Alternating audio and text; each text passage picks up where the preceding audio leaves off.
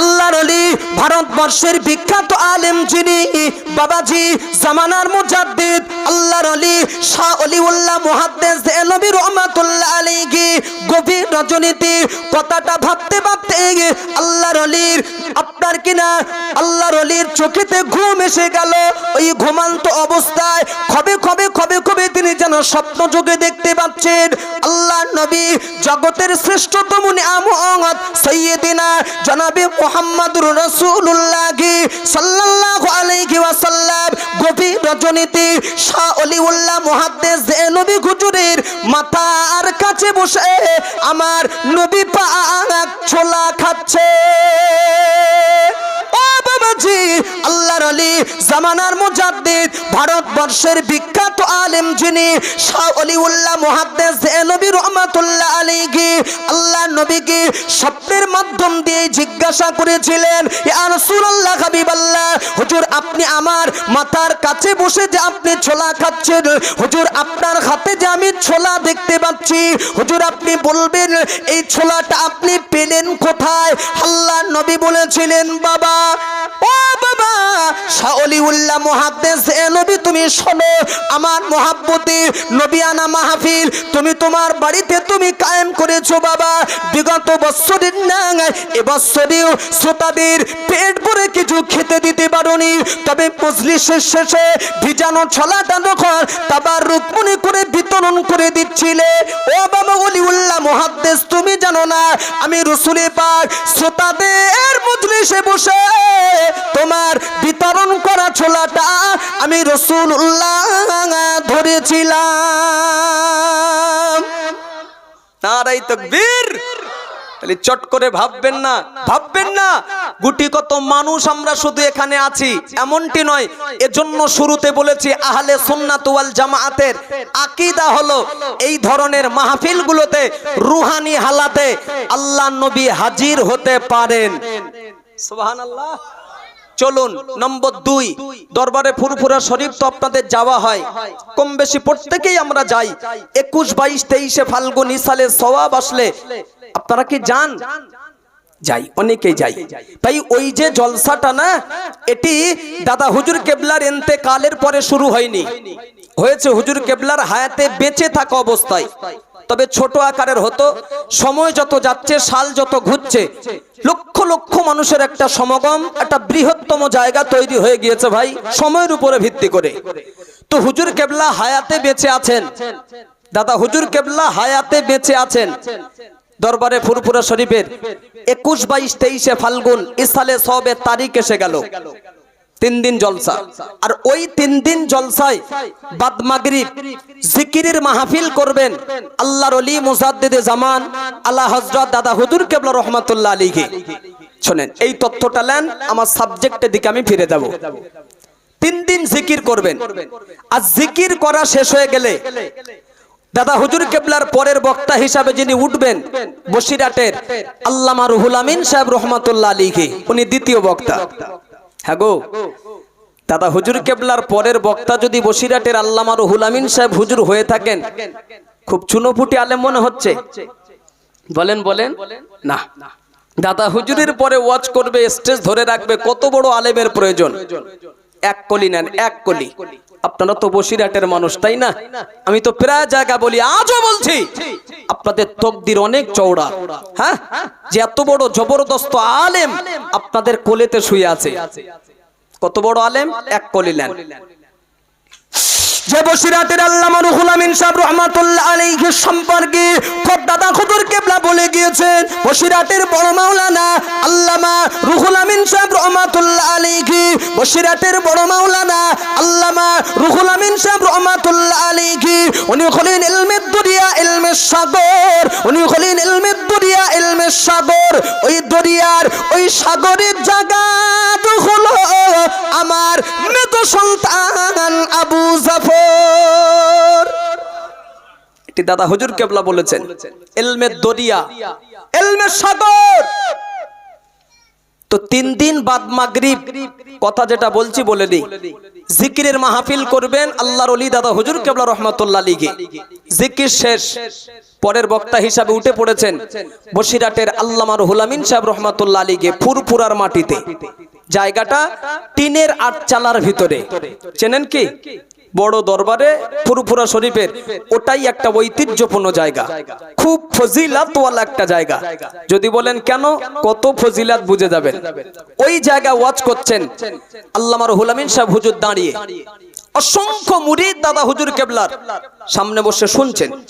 তার ভিতরে একজন ব্যক্তি ওয়াজ শুনছিলেন মজলিসের কিনারায় বসে, সাধারণ মানুষ নন, জবরদস্ত আলেম দাদা হুজুর কেবলার বিখ্যাত একজন খলিফা, বাড়ি বাংলাদেশে, মাওলানা নেসারউদ্দিন আহমেদ রহমাতুল্লাহ আলাইহি।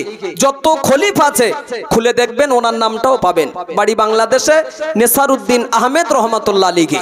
ওয়াজ শুনছেন আল্লামা হুজুরের ওয়াজ সাইটে বসে বসে।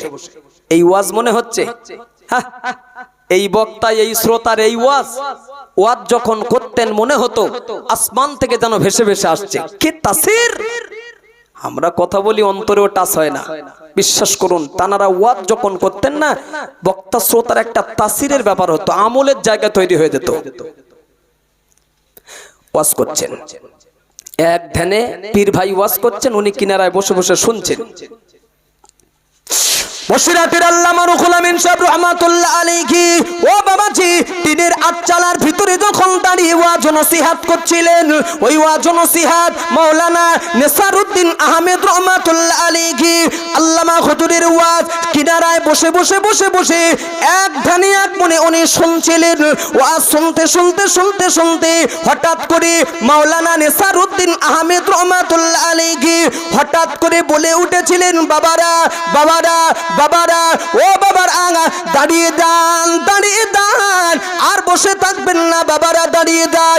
আল্লামা রুহুল আমিন সাহেব হুজুর টিনের আটচালার ভিতরে যে দাঁড়িয়ে ওয়াজ নসিহত করছেন, এই ওয়াজ নসিহত শ্রবণ করার জন্য আল্লাহ নবী মদিনার জমিনে আর থাকতে পারেননি। চোখ যদি আল্লাহ তোমাদের দিয়ে থাকে গো বাবারা, অন্তরের চোখটা একটা বার জ্বালিয়ে দেখো। আমি মাওলানা নেসারউদ্দিন, আমি আমার চামড়ার চোখে দেখতে পাচ্ছি আল্লামা হুজুর দাঁড়িয়ে যে ওয়াজ নসিহত করছেন, ওই ওয়াজ নসিহত শ্রবণ করার জন্য আল্লাহ নবী মদিনার জমিনে আর থাকতে পারেননি গো। আল্লাহ নবী মদিনার জমিন ছেড়ে দিয়ে রুহানি হালাতে আমার নবী বা ফুরফুরার মাটিতে হাজির হয়ে গিয়েছে। ও বাবারা, তবে আমি আমার চামড়ার চোখে দেখতে পাচ্ছি আল্লাহ নবী একা ফুরফুরার জমিনে আসেননি, আমার নবী পাকের সঙ্গে রয়েছেন বিশিষ্ট পাঁচজন সাহাবা। সাহাবী আবু বকর রাদিয়াল্লাহু আনহু, হযরত ওমর রাদিয়াল্লাহু আনহু, হযরত উসমান রাদিয়াল্লাহু আনহু, হযরত আলী রাদিয়াল্লাহু আনহু। এই চারজন ব্যতীত আমার নবী পাকের সঙ্গে আরো একজন সাহাবী ছিলেন, যিনি হলেন মদিনার মসজিদে নববী শরীফের মুয়াজ্জিন, নাম হলো হযরত বিলাল। এই পাঁচজন সাহাবাকে নিয়ে আল্লাহ নবী রুহানি হালাতে ফুরফুরা জমিন হাজির হয়ে গিয়েছে। দুটো দৃষ্টান্ত দিলাম, মনে রাখবেন। আহলে সুন্নাত ওয়াল জামাআতের আকীদা এই ধরনের মাহফিলগুলোতে রুহানি হালাতে খোদ আল্লাহর নবী হাজির হতে পারেন। বলুন সুবহানাল্লাহ। এই ওয়াজ স্টপ করে দিচ্ছি। বিগত বছরে আমি একটা ওয়াজ করেছিলাম, তবে সে ওয়াজ মাথায় উঠেনি, আমার মাথায় আছে।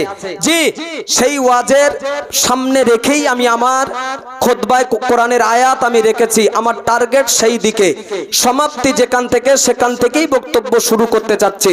মহান আল্লাহ কোরআনের এই আয়াতে কারিমার ভিতরে বললেন, ওয়ালাকাদ কাররামনা বানি আদামা। ধ্যান দিন, মূল বক্তব্যই ফিরে আসছি। আল্লাহ বললেন, বনি আদম সম্প্রদায়ের মানুষ দিগকে, বনি আদমের আওলাদ দিগকে, ওয়াহামালনাহুম ফিল বাররি ওয়াল বাহরি, আমি আল্লাহ সম্মানিত করে বানিয়েছি। কথাটা বুঝতে পারেননি, রিপিট করলাম, বেয়াদবি নেবেন না। আল্লাহ বললেন, আদমের আওলাদ যারা, আদমের সন্তান যারা পৃথিবীতে, আমি আল্লাহ তাদের সম্মান মর্যাদা দিয়েছি। খোদ আল্লাহই বলেছেন। যদি জিজ্ঞাসা করি, একটু জবান ছেড়ে বলবেন ভাই, আদমের আওলাদ বা সন্তান কারা? জি, আদমের বাচ্চা কারা? আমরাই। তাহলে আল্লাহ যে আমাদের সম্মান মর্যাদা দিয়েছে, আপনারা শুনে কি খুব বেজার হলেন, অসন্তুষ্ট? না। তাহলে খুশি যদি হয়ে থাকেন সুবহানাল্লাহ সকালে হবে না টাটকা জায়গায় বসে? সেই যখন বলেছেন জোরে বলুন, আর একটা বার বলুন। নম্বর 2, লাকাদ খালাকনাল ইনসানা ফি আহসানি তাকওয়িম। মহান আল্লাহ বললেন মানুষ সম্প্রদায়কে আমি আল্লাহ সুন্দর আকৃতি দিয়ে সুন্দর গঠন করে আমি আল্লাহ জগতে পাঠিয়েছি। আর একটু জোরে হবে না? নম্বর 3, কুনতুম খায়রা উম্মাতিন উখরিজাত লিন-নাস। আল্লাহ বললেন तमाम পৃথিবীতে আমি আল্লাহ আমার তরফ থেকে যত সৃষ্টি পাঠিয়েছি সমস্ত সৃষ্টির ভিতর দিয়ে ছাঁটাই করে বাছাই করে আমি আল্লাহ শ্রেষ্ঠত্ব দান করেছি উম্মতে মুহাম্মাদীদেরকে। আর একটু খুশি হয়ে বলেন বাবাজি। আমি কোরআন শরীফের পরস্পর 3টি আয়াত আমি আপনাদের মাঝে রাখলাম। নম্বর 1, আদম সম্প্রদায়ের মানুষ আমরা। নম্বর 2, আল্লাহর বান্দা হিসাবে আমরা। নম্বর 3, আখিরি নবীর উম্মত হিসাবে শুকরিয়া আল্লাহর, সে তালিকায় আমাদের সকলের নাম। সুবহানাল্লাহ বলুন। এই পৃথিবীতে এত সম্মান, এত মর্যাদা, এত ইজ্জত আল্লাহ আমাদের দিয়েছে। আল্লাহর কসম খেয়ে বলতে পারি আমাদের তুলনায় সম্মান, আমাদের তুলনায় মর্যাদা, আমাদের তুলনায় শ্রেষ্ঠত্ব আল্লাহর বিশ্ব জুড়ে, পৃথিবী জুড়ে আল্লাহ পাক আমাদের তুলনায় আর কাউকে বেশি দেননি। সর্বদিক থেকে আমরাই আগে, সর্বদিক থেকে আমরাই উন্নত, সম্মানে, মর্যাদায়, আদরে, কদরে, ইজ্জতে, সব দিক থেকে আল্লাহ আমাদের স্থান অনেক উঁচু জায়গায় দিয়েছে। আমার বক্তব্যের বিষয় হলো এটাই, এত সম্মানের অধিকারী যদি আমি আপনি হয়ে থাকি বা এত মর্যাদার ভাগীদারি যদি আল্লাহ পাক আমার আপনার বানিয়ে থাকে, বলুন বর্তমান যুগ সন্ধিক্ষণে শুধু পশ্চিম বাংলার কথা বললে ভুল হয়, तमाम পৃথিবীব্যাপী, বিশ্বব্যাপী এই এই সময় এই যুগে যদি মার খেতে হয় কোন জাত? মুসলমান জাত। আমার কম, আমার ভাই সমাজের মুসলমান। অবাক হই যে আদম সম্প্রদায়ের মানুষ দিগকে, আল্লাহর বান্দা দিগকে, পাশাপাশি উম্মতে মুহাম্মাদ দিগকে আল্লাহ পাক পৃথিবীতে এক কথায় এত সম্মান, মর্যাদা, ইজ্জত যদি আল্লাহ আমাদের দিয়ে থাকে, আল্লাহর কসম স্থান সকলের ঊর্ধ্বে, আমরা স্থান সকলের ঊর্ধ্বে, নামলাম নিচে কেন? মুসলমান হিসাবে আমরা মার খাবো কেন? লাঞ্ছিত, বঞ্চিত, অপমানিত হব কেন? আমরা তো সৃষ্টির সেরা। মহান আল্লাহ কোরআনের অপর আয়াতে আল্লাহ বলেছেন ইন্নাদ দীনা ইনদাল্লাহিল ইসলাম।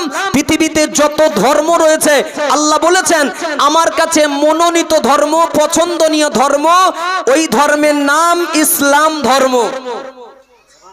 খুশি হননি কেউ? না হয়নি? আরেকটু জোরে বলুন। পৃথিবীতে ধর্ম কম নেই, বহু বহু বহু ধর্ম। আল্লাহ পাক স্বয়ং নিজে যে ধর্মটাকে ভালোবাসেন বা পছন্দ করেন খোদ আল্লাহ কোরআনে জায়গা দিয়েই আল্লাহ বলেছেন ইন্নাদ দীনা ইনদাল্লাহিল ইসলাম। পৃথিবীতে যত ধর্ম রয়েছে আমি আল্লাহ আমার কাছে মনোনীত ধর্ম, পছন্দনীয় ধর্ম, ওই ধর্মের নাম ইসলাম ধর্ম। এইবারে বুঝুন, বক্তব্য বুঝবেন ভাই। ইসলাম ধর্মটাই যদি আল্লাহর মনোনীত হয়, ইসলাম ধর্মটাই যদি আল্লাহর পছন্দনীয় হয়, তাহলে সেই ইসলাম ধর্মকে যারা মেনে নেবেন, ওই ধর্মের অনুসারী যারা হবেন, এনারাও হবে আল্লাহর কি হবে? মনোনীত। ঠিক কেন? ইসলাম ধর্মটাই আল্লাহর মনোনীত, পছন্দনীয়, আর ওই ধর্মের অনুসারী যারা হতে পারবে ওনারাও হবে আল্লাহর মনোনীত, আল্লাহর পছন্দনীয়। কি গো, আল্লাহর মনোনীত ধর্মের মানুষ যারা, আল্লাহর পছন্দনীয় ধর্মের মানুষ যারা, পৃথিবীতে আমার আল্লাহ কি তাদের মার খাওয়ায়? হ্যাঁ দেন না। আল্লাহর পছন্দনীয় ধর্মের মানুষ আমরা, কেন আল্লাহ আমাদের মার খাওয়াবেন, অপমানিত করবেন? যদিও মার খাই বা খেয়ে বসি, আল্লাহর কোরআনে অপরাধ আল্লাহ কি বলছে দেখুন, ওয়াকানা হাক্কান আলাইনা নাসরুল মুমিনিন। পৃথিবীতে যারা মুমিন হবেন তাদের বিপদ ও মুসিবতে আমি আল্লাহ আমার তরফ থেকে সাহায্য করা হক। সুবহানাল্লাহ বলুন। মুমিন বান্দা বান্দিরা যখন বিপদ ও মুসিবতে পড়বে, সমস্যার সম্মুখীন হবে, আল্লাহর তরফ থেকে সাহায্য আসাটা আল্লাহর হক, নৈতিক দায়িত্ব। কিন্তু পাই না কেন? তাই যদি হয় ছুড়ে দিলাম প্রশ্ন আপনাদের কাছে, আল্লাহর তরফ থেকে সাহায্য আসাটা আল্লাহর হক, নৈতিক দায়িত্ব, আল্লাহ বলেছেন, কিন্তু পাই না কেন? সাবজেক্ট চটপট করে মাথায় নিয়ে নেন। তিনটা আয়াত দিয়ে এতক্ষণ বোঝাতে চেয়েছে এটাই, আল্লাহ আমাদের সম্মান, মর্যাদা, ইজ্জত পৃথিবীতে কতটা দিয়েছে, সৃষ্টির সারা স্থান সকলের ঊর্ধ্বে, নামলাম নিচে কেন? কেন ভাই? ছড়ি তো মুসলমানদের হাতে আল্লাহ দিয়েছেন, পিটে আসার কারণটা কি? হ্যাঁ, ছড়ি ছিল হাতে, এসেছে সবে পিঠে, স্থান ছিল ঊর্ধ্বে, নেমেছি সবে নিচেই। কেন, কি কারণে, কি দোষে বা কাদের ভুলে, কাদের ত্রুটিতে? রাসূলুল্লাহর একটা হাদিস দিয়ে শুরু করছি, একটু ধৈর্যের পরিচয় রাখুন। হ্যাঁ, সৃষ্টির সেরা আমরা এতটুকু মনে রাখবেন। আল্লাহ নবী বললেন, আল্লাহ নবী হাদিস শরীফে জানালেন, জামানার মানুষেরা যখন 15টা পাপের কাজে লিপ্ত হবে, জামানার মানুষেরা যখন 15টা অন্যায়ের কাজে জড়িত হবে, আল্লাহ নবী বললেন তখনই আল্লাহর আসমানে গজব শুরু হয়ে যাবে। আর ঠিক সেই সময়ে আল্লাহ পাক জালেম সরকার পাঠিয়ে মুসলমানদেরকে আল্লাহ লাঞ্ছিত করবে। নবী 1500 বছর আগে বলেছেন, আমি গত বছরে কি ওয়াজ করেছিলাম এটা আমার মাথায় আছে, শুনুন। নবী 1500 বছর আগে বলেছেন, জামানার মানুষেরা যখন 15টা পাপের কাজে যখন জড়িত হবে, অন্যের কাজে যখন শামিল হবে, রাসূল বলেছেন আল্লাহর আসমান থেকে গজব আসবে, জমিন থেকে নয়, নাব্বে আসমান থেকে। আর ঠিক সেই পিরিয়ডে আল্লাহ জালেম সরকার পাঠিয়ে মুসলমানদেরকে আল্লাহ শায়েস্তা করবে, ছিটে দেবে। এখন সময় নষ্ট না করে জিজ্ঞাসা করতে পারেন, ঘুমের সময় তো এই 15টা পাপের কাজ কি কি? মূল রাস্তা ধরছি, তবে দায়িত্ব মনে করে বলছি, জায়গায় বসে আল্লাহর রাস্তা একটু মুখস্থ করার চেষ্টা করবেন বা মাথায় নিয়ে যাবেন, কাজ আছে। আল্লাহ নবী বললেন, আল্লাহ নবী হাদিস শরীফে জানালেন, 1 নম্বর, অযোগ্য ব্যক্তিরা যখন যোগ্যতার আসনে বসে নেতৃত্ব দেবে, অযোগ্য ব্যক্তিরা যখন যোগ্যতার আসনে বসে নেতৃত্ব দেবে, কলম চালাবে, আল্লাহ নবী বললেন তখনই আল্লাহর আসমানে গজব শুরু হয়ে যাবে। নম্বর 2, দেশের মোড়ল মাতব্বরেরা যখন মসজিদ মাদ্রাসা তথা গরিব মানুষদের টাকা পয়সা যখন লুট করে খাবে, আত্মসাৎ করে খাবে, মানে আমানতের মাল যখন খেয়ানত করবে, আল্লাহ নবী বললেন তখনই আল্লাহর আসমানে গজব শুরু হয়ে যাবে। নম্বর 3, আল্লাহ নবী বললেন, আল্লাহর ঘর মসজিদে বসে বসে যদি, আল্লাহর ঘর মসজিদের ভিতরে গিয়ে যদি জামানার মানুষরা জবানের দুনিয়ার গল্প বেশি বেশি বেশি বেশি বেশি বেশি করবে, যে পিরিয়ডে প্যারা নবী বললেন তখনই আল্লাহর আসমানে গজব শুরু হয়ে যাবে। নম্বর 4, সমাজে গান আর বাজনা যখন প্রাচুর্য পাবে, গান আর বাজনা সমাজে যখন বেড়ে যাবে, প্যারা নবী বললেন তখনই আল্লাহর আসমানে গজব শুরু হয়ে যাবে। নম্বর 5, ধনী ব্যক্তিরা যখন যাকাত দেওয়াটাকে নিজেদের জন্য যখন জুলুম অত্যাচার বলে মনে করবে, ধনী ব্যক্তিরা যখন যাকাত দেওয়াটাকে নিজেদের জন্য যখন জুলুম বোঝা বলে মনে করবে, আল্লাহ নবী বললেন তখনই আল্লাহ আর আসমানি গজব শুরু হবে। আল্লাহ একটু দম নিতে দেন, সত্যি আপনাদের সুবিধা করেই কেটে পড়েছে। আমি কিন্তু 15 পিস বলিনি, ধ্যান এবং ধৈর্য দুটোই যদি থাকে উত্তর সঠিক পাবো আলহামদুলিল্লাহ। অন্তর ভরা দোয়া থাকবে আপনাদের জন্য, এতটুকু কথা দিলাম। কটা বলেছে একটু বলবেন, মোহাব্বত করে বলেন একটু, জি 5, বাকি 10। আচ্ছা একটু সাইডে রাখছি, শোনেন। বলে বাকি করব, সময় পাবো 1.5 থেকে 2 ঘন্টা।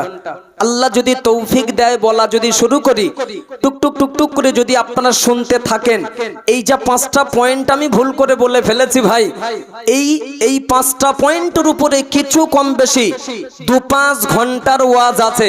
তাহলে আরো যে 10টা কথা রাখবো, তার উপরে কথা না বাড়ালে, বক্তব্য না করলে বুঝে আসবে না। জি, বক্তব্য আমরা করি, বোঝানোর একটা ধারা থাকে, এজন্য মাথা 10 একদম গোটা আছে সাইডে রেখে শুরু থেকে যে 5টা বলে ফেলেছি, টুকটুক করে কিছু কথা বলে নেই, সময় যদি পাই দেখা যাবে আরো মাথার 10 কথা। নম্বর 1, ধ্যান দিন, একদম প্রথম পয়েন্ট নবী বলেছেন অযোগ্য ব্যক্তিরা যখন যোগ্যতার আসনে বসবে, নেতৃত্ব দেবে, কথা বলবেন আল্লাহর হস্তে, মজলিসের আদব, অন্য কিছু নয়, কোরআনের আদবের খাতিরে একটু জবান বন্ধ করে শুনে নেন, আমল পরে হবে ইনশাআল্লাহ।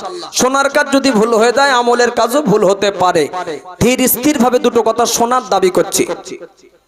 নবী বলেছেন অযোগ্য যারা, মূর্খ যারা বসবে চেয়ারে, নেতৃত্ব দেবে, কলম চালাবে, যখন আসমান থেকে খেলা শুরু।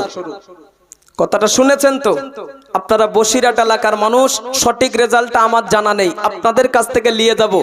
এই কথা অনুপাতে, নবী পাকের এই বাণী অনুপাতে প্রথম যে কথা, এই কথাকে সামনে রেখে এলাকায় চোখটা বোলান। আপনার এলাকার হালাতটা আপনি তো জানেন, সত্য রেজাল্ট যেটা সেটাই আপনি বলবেন। এই পয়েন্টের উপরে সমাজে কাজ বেঁধেছে কি? মাথা নাচছে, উত্তর দিতে ভয় পাচ্ছেন আপনারা, চেপে যান, আর বলবো না। রমজান শরীফ অনেক বাকি, এখন থেকেই যদি এতে কাবে নিয়ত করে বসে যান তার বিরক্ত করে কি লাভ? চেপে যান। এই কথাটা বলুন তো, রাসূল ১৫০০ বছর আগে সোনার জবানে যে কথাগুলো বলে গিয়েছেন যে এমন একটা সময় আসবে, পিরিয়ড আসবে, এই জিনিসগুলো ঘটবে, এতদিন পূর্বে নবী বলে যে চলে গিয়েছেন, আমার নবীর বাণীগুলো, কথাগুলো সত্য হবে না মিথ্যা হবে? সত্য কথাটাই বলবেন, সত্য না মিথ্যা? সত্য। কত পার্সেন্ট? 100%। যাক, এইটাই যখন স্বীকার করেছেন, এইবার ধোলাই করতে আপনাদের সুবিধা হবে। একটু আগেই যখন বললাম যে অযোগ্য যারা, মূর্খ যারা বসবে চেয়ারে, নেতৃত্ব দেবে, কলম চালাবে, আসমান থেকে গজব শুরু হবে, তাহলে এই পয়েন্টের উপরে কাজ শুরু বেঁধেছে না বাঁধেনি? আপনাদের ভয় লেগেছে উত্তর দিতে, তাই এই কথাটা বললেন কি করে যে নবী যা বলে গিয়েছেন নবীর কথা সত্য হবে এবং 100%। এটা যেমন চিল্লে বলেছেন, এর আগের কথাটা চিল্লে হয়নি কেন? ভয় পাচ্ছেন। তাহলে এই কথা অনুপাতে যদি কাজ না বাঁধে বা যদি বাস্তবায়িত না হয়, তাহলে নবীর কথা মিথ্যা হয়ে যাবে। জি, নবী বলেছেন অযোগ্য যারা, মূর্খ যারা বসবে চেয়ারে, কলম চালাবে, আসমান থেকে গজব শুরু হবে। তাহলে নবীর কথার উপরে কাজ বেঁধে যায়নি? বাঁধেনি? কোন দিকটা বলবেন? পারিবারিক দিক, সামাজিক দিক, ধর্মীয় দিক, রাজনৈতিক দিক, ভুল বুঝবেন না। কোন দিকটা বলবেন? সমাজে যারা শিক্ষিত মানুষ, পণ্ডিত মানুষ, জ্ঞানী মানুষ, অধিকাংশ জায়গায়, অধিকাংশ এলাকায় আজকাল শিক্ষিত মানুষের হাতে সমাজের দায়িত্ব নেই। নেই। পৃথিবী জুড়ে, বিশ্ব জুড়ে এখন মূর্খদের রাজত্ব শুরু হয়েছে ভাই। কাদের? রাগ করবেন না কিন্তু, জ্ঞানী মানুষের হাতে পেন থাকবে না। নবী বলেছেন কেড়ে দখল করবে সব মূর্খরা। দখল, খোদার গজব শুরু। আমি আমার দিয়ে বোঝাচ্ছি, ধার করে লিখছি। যে পিওটা একজন মূর্খ বক্তা, অজ্ঞ বক্তা, নবিয়ানা মেম্বারে বসে যখন বক্তব্য দেবে, আর কোন একজন জ্ঞানী মানুষ যখন চটের কোনায় বসে তার বক্তব্য শ্রবণ করবে, খেলা শুরু। খেলা শুরু। তাহলে নবীর কথা অনুপাতে জ্ঞানী মানুষের স্থান একটু উঁচুতে। হ্যাঁ, নবীর কথা অনুযায়ী এই উঁচু থেকে যখন নিচে নামবে, আর নিচের থেকে যখন লাফিয়ে ঠেলে উপরে উঠবে, খোদার মাস শুরু হয়ে যাবে। একটা ফতোয়া জিজ্ঞাসা করবো আপনাদের কাছে, মুফতি না এটা আমি জানি সবাই, জি, তবে যে প্রশ্নটাই করব জায়গায় বসে মুফতি হয়ে আপনি উত্তর দিতে পারবেন ইনশাল্লাহ। বলুন তো বাবু, অন্ধ ব্যক্তির হাতে যদি গাড়ির স্টারিং ধরিয়ে দেওয়া যায়, অন্ধ ব্যক্তির হাতে, এ গাড়ি রাস্তায় চলবে না খানায় পড়বে? বাহ, খালি গাড়ি চালাতে গেলে চোখ দুটো ভালো থাকার দরকার আছে। জি, অন্ধ ব্যক্তি কি গাড়ি চালাবে? তুমি তো নিজেই রাস্তা দেখতে পাও না, তুমি যাত্রী বহন করবে কি করে? রাগ করছেন নাকি? রাগ করছেন না? তাহলে দুটো কথা আপনারা বলেছেন, এই দুটো কথাই মনে রাখবেন, বাকি ওয়াজ আমি করছি। নম্বর 1, আপনি বলেছেন নবী যা বলে গিয়েছেন ১৫০০ বছর আগে, নবীর কথা সত্য হবে 100%। 2, আপনি বললেন মুফতি হয়ে জায়গায় যে অন্ধ ব্যক্তির হাতে গাড়ির স্টারিং দিলে গাড়ি রাস্তায় চলবে না, পড়বে খালে। আপনি ফতোয়া দিয়েছেন, বাকি ওয়াজ আমি শুরু করছি। পয়েন্ট রেখেছি 5। নম্বর 1, প্রথম পয়েন্টের উপরে আমি কিছু ওয়াজ করার, আলোচনা করার নিয়াত করলাম। আল্লাহ কবুল করুন, বলুন আমিন। প্রথম পয়েন্টের উপরে কিছু আলোচনা করছি, তবে আলোচনার শুরুতে নিজস্ব একটা ব্যক্তিগত কথা বলছি, কয়েক সেকেন্ডের জন্য সময় চেয়ে নিয়ে। কোরআন হাদিসের কথা এটা নয়, আমার কথা বলছি। বলবো জি, একটা অভিজ্ঞতার কথা বলবো জি। এতদিন এলাকায় ঘুরে সমাজে বেরিয়ে মাইকে মুখ দিয়ে এই দিনের খেদমতে থেকে যা বুঝেছি তার উপরেই কথাটা বলছি ভাই। বক্তব্য আমার যেদিকে মানে টার্গেট যেটা হাদিস যে রেখেছি ওই টার্গেটেই যদি ওয়াজ যায়, এই ওয়াজটা কিন্তু একটা নুন জাতীয় ওয়াজ, একদম টাটকা নুন। স্টেজ থেকে নুন মুঠো বেড়ে মজলিসে ছিটাবো। ধানে যেমন স্বাদ ছিটায় না ভাই, তবে আজকে এটা স্বাদ যাবে না, এটা নুন যাবে। যার দেহে কাটা নেই, ছেলা নেই, দাগ নেই, মুষ্ঠখানেক নয়, যদি কুইন্টাল কুইন্টাল ছড়িয়ে দিয়ে দেয় ইনশাল্লাহ কিচ্ছু হবে না। যে একটু কাটা ছেলার দাগ যদি থেকে থাকে রে ভাই, বস্তাও লাগবে না, কুইন্টালও লাগবে না, মুষ্ঠখানেক নিয়ে ছড়িয়ে দিয়ে চলে যাব। কাটা জায়গা পড়লেই বলো আপনার চিটচিট জ্বালা শুরু হয়ে যাবে। একান্ত যদি কাটা জায়গা পড়ে যায়, এটা তো আমার ভুল নয় ভাই, আপনার দেহে কাটা আছে আমি জানবো কি করে? যদি পড়ে যায় চট করে যেন আমার উপর রেগে যাবেন না, ভুল করেও রাখবেন না। কেন জানেন? আমি একজন ঘোষক, আমি একজন প্রচারক, আমি একজন জেরক্স, আমি একজন কপি। যেটাই মনে করবেন সেটাই আসল, কিন্তু শুয়ে আছে সুদূর মদিনায়। সুবহানাল্লাহ বলে না কেন? তার বাবু জোরে বলুন, আসল শুয়ে কোথায়? সুদূর মদিনায়। আমি পিওন হিসাবে নবীর বাণীগুলো জেরক্স করে কপি করে আপনাদের মুরালিশা চৌমাথা এলাকায় আমি বন্টন করতে এসেছি, এছাড়া আমি কিচ্ছু না। কথা ঠিক? গোড়া বেঁধেনে লাগা ভালো ভাই, নুন ওয়াজ তো সহ্য হবে না সবার। হ্যাঁ, আমি কেউ না, আমি পিওন। চলুন, 5টা পয়েন্ট রেখেছি, প্রথম পয়েন্টের উপরে কিছু আলোচনা করার নিয়াত করলাম।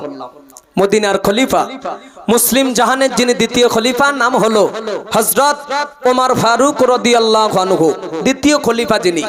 তো সেই ওমর রাদিয়াল্লাহু আনহু সম্পর্কে আল্লাহ রাসূল হাদিস পাকে বহু তথ্য দিয়েছেন, বহু মর্যাদার কথা বলেছেন। তার ভিতর থেকে আমি কয়েকটা কোটেশন শুধু বার করছি, ওমর হুজুরের মর্যাদা কত। আমার কথা বুঝতে পেরেছেন? ওমর সম্পর্কে অনেক কথা হাদিস পাকে বলেছেন, কত মর্যাদা, কত সম্মান, কত মহান ব্যক্তি, অনেক বলেছেন। আমি কয়েকটা কোটেশন বার করছি, আর কেন বলছি একটু পরে বুঝে আসবে। চা দিন, চা এসছে কি? এসছে? দাও। এটা কি কমিটির তরফ থেকে নাকি কিনে খাচ্ছে? কিনে। এই শোন, আমার দিকে দেখো, আমি জবান দিয়েছিলাম শুরুতে একটু চার ব্যবস্থা আমি করব। এই যে কজন মানুষ এখানে আছেন সবাইকে যদি চা খাওয়াই কত নেবে? হ্যাঁ খাওয়াবো, সত্যি অন্তর থেকে বলছি খাওয়াবো। এই দেখো, তোমার চা কত? 5 গড়ে 3 মারবে? গড়ে ঠকাবো না, লস হবে না। 3 মারবে গড়ে? অল্প আছে, কি করবো ভাই যদি অল্প থাকে? আমি চাচ্ছিলাম একটু মেহমানদারি, এর না কিছু না, ঠান্ডার সময় গাটা গরম হতো। কি আছে ভাই, যে কটা হয় দাও দাও, নামলে পয়সা নেবে কিন্তু গুনবে ঠিকঠাক করে, ভুল বলবে না। দুজন মিলে দেন, 3 টাকা করে দেবো, কিন্তু হিসাব ঠিক বলবেন, কথা বলবেন না। চা দিন, চা খান, আমি খুশি হয়ে দিলাম, রাগ করবেন না, খুশি মনে গ্রহণ করুন আপনারা, তবে হিসাবটা শেষে বলবেন। তবে ধ্যানটা আমার দিকে রাখতে হবে, কিন্তু চা খাওয়াচ্ছি, মাথা নাড়াবেন না। 1 কাপ চায়ের জন্য মজলিসটা নষ্ট করবেন না প্লিজ। পানি সবার কাছে যাবে ওটা। ওমর সম্পর্ক নিয়ে কথা বলেছেন, কয়েকটা কোটেশন বার করছি। আল্লাহ নবী বললেন, আল্লাহ নবী হাদিস শরীফে জানালেন, রাআইতু উমর ইয়াসিরু ফিল জান্নাহ, রাআইতু উমর ইয়াসিরু ফিল জান্নাহ। আল্লাহ নবী বললেন, ও সাহাবীরা, আমি রাসূলুল্লাহ, আমি আমার চামড়ার চোখে দেখেছি, আমি রাসূলুল্লাহ, আমি আমার নিজের চোখে দেখেছি, আমার সাহাবী উমর আল্লাহ পাকের জান্নাতের ভিতরে বিচরণ করছে। আর একটু চাঙ্গা হয়ে তাকবীর দেন, নারায়ে তাকবীর, আল্লাহু আকবার। নবী নিজের চোখে দেখেছেন, নিজের চোখে। ওমর হুজুর ঘুরছেন আল্লাহর বেহেশতে, জান্নাতে, আমার নবী দেখেছেন গো। নবীর দেখাটা ভুল। ওমরের মর্যাদা কত আমি আগে বার করে নিচ্ছি, তারপর ওয়াজ হবে, বুঝে নেবেন। নবীর দেখাটা ভুল, সত্য কত পার্সেন্ট একটু বলবেন? 100। হ্যাঁ, কেন? আল্লাহ নবী বললেন, ইন্নী আরা মা লা তারাউনা, ইন্নী আরা মা লা তারাউনা।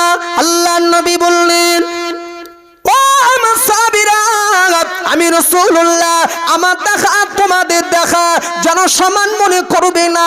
ও সাহাবীরা আমার দেখা তোমাদের দেখা যেন বরাবর মনে করবে না। ও সাহাবীরা আমি রাসূল ডাইনে যতটা দেখতে পাই, আমি নবী বামেও ততটা দেখতে পাই, আমি নবী পিছনে যতটা দেখতে পাই, আমি নবীর সামনেও ততটা দেখতে পাই, আমি নবীর নিচে যতটা দেখতে পাই, আমি নবী উপরেও ততটা দেখতে পাই। তাহলে বোঝাচ্ছে এটাই নিশ্চিত আমার নবী যেটা দেখেছেন এটা সত্য, বেশক সত্য। আমার নবী দেখেছেন ওমর হুজুর ঘুরছেন আল্লাহর বেহেশতে, জান্নাতে। ওমরের মর্যাদা কত দেখুন। একদিন আল্লাহ নবীর বিবি আমাদের আম্মা জান হযরত আয়েশা সিদ্দিকা রাদিয়াল্লাহু আনহা, ধ্যান দিন আমার দিকে, অনুরোধ করছি। একদিন বসে আছে হজরা মোবারকে, নিজের ঘরে আম্মা জান আয়েশা বসে আছে। দিনের দাওয়াত দিয়ে নবী ফিরেছেন, ক্লান্ত শরীর। তো বিবি আয়েশার উরুর উপরে মাথা মোবারকটা রেখে আমার নবী পাক একটু আরাম করছেন, বিশ্রাম করছেন। ঠিক ওই হালাতে আম্মা জান আয়েশা মাথাটা উঁচু করেছেন, আল্লাহর আসমানের দিকে তাকিয়েছে। আমার দিকে দেখেন, বুঝে আসবে। নবীর মাথা বিবির কোলে, বিবি আয়েশা বসে আছে নিজের ঘরে। ওই অবস্থায় আম্মা জান আয়েশা মাথা উঁচু করেছে আল্লাহর আসমানের দিকে। নবীর মাথা বিবির কোলে, বললাম মাথাটা উঁচু করেই দেখছে আল্লাহর আসমানে অগণিত তারা দেখা যাচ্ছে, নক্ষত্র।